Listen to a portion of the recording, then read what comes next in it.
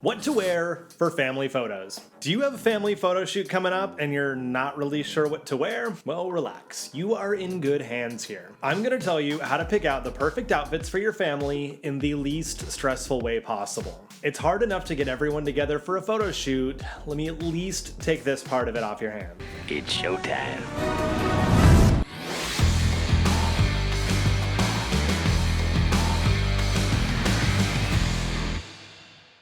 Hello, I'm Mike Lloyd. I've been a professional photographer for 12 years, and I cannot even tell you how many families I've photographed in that time. I have one rule when it comes to picking out outfits. I don't let everyone dress the same. I know the idea behind that is to show that you are one family, that you are one unified group of people, but there are so many better ways to do it other than just the jeans and white shirt holding hands walking down the beach, because everyone effing does that, and it's lame. No one really looks like that in person. So, unless you all want to wear the same sports jersey, you can find ways to show your unity as a family without wearing the same outfits, and I'm going to tell you how. Number 1, dress like you're going to the same event.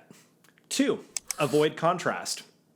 3, choosing the right colors and patterns. And 4, adding personal touches.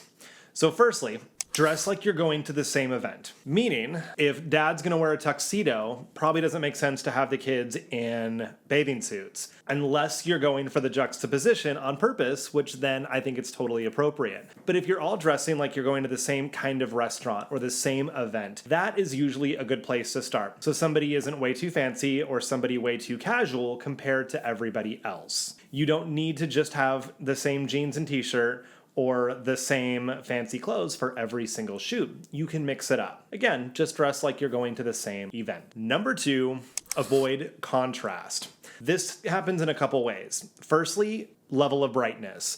If everyone wears dark colors except one person who's in a white shirt, that white shirt is going to be so bright in the photo compared to everything around it. That will be the focus of the image, and you're going to lose everyone's faces, which is kind of why we do this in the first place, to show everybody who's in the photo. And you're like, yeah, it's not that big a deal. We can just edit it later. But then you end up with a gray shirt, not a white one, and you might as well have just worn a gray shirt and saved your photographer all the trouble of editing. Because I promise you, if somebody is in bright orange or yellow and everyone else is in black, that one thing is going to jump out over everything else in the photo, and it will be distracting. I promise you. Same thing goes with brightness, colors, and then patterns. If everyone is in solid and one person's sweater looks like the Partridge Family bus or a 90s dance video, that one thing is going to jump out, and it's going to be so stark in the photo compared to everything else. It will distract from your faces and the expressions, which is why we're doing these family photos in the first place. So all the outfits don't need to be the same color. They don't need to be the same brightness. They don't need to be the same. Just make sure that nothing is too far off from everything else to be noticeably different. All right, so choosing the right colors and patterns. Solids, usually the best choice.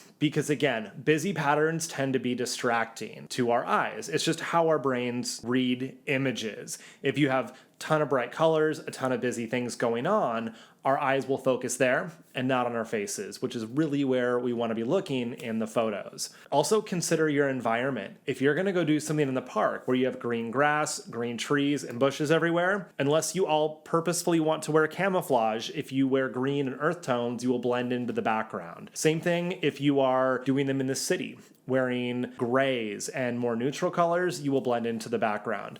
So think about where you're going to go and plan colors that don't clash with that environment. Another thing to keep an eye out for is fine lines in patterns. And I don't just mean pinstripes, but things that have a ton of small stripes. Dress shirts are notorious for this. Basically what happens when a digital camera sees that pattern, it creates this wavy texture across the image. It's called moire. It's the same kind of thing when you're looking through a screen door and you see the wavy patterns appear. That's moire. And it's really, really, really tough, if not impossible, to edit out of photos. So the easiest way to avoid that is to avoid busy patterns and avoid very small stripes and lines. And lastly, adding personal touches.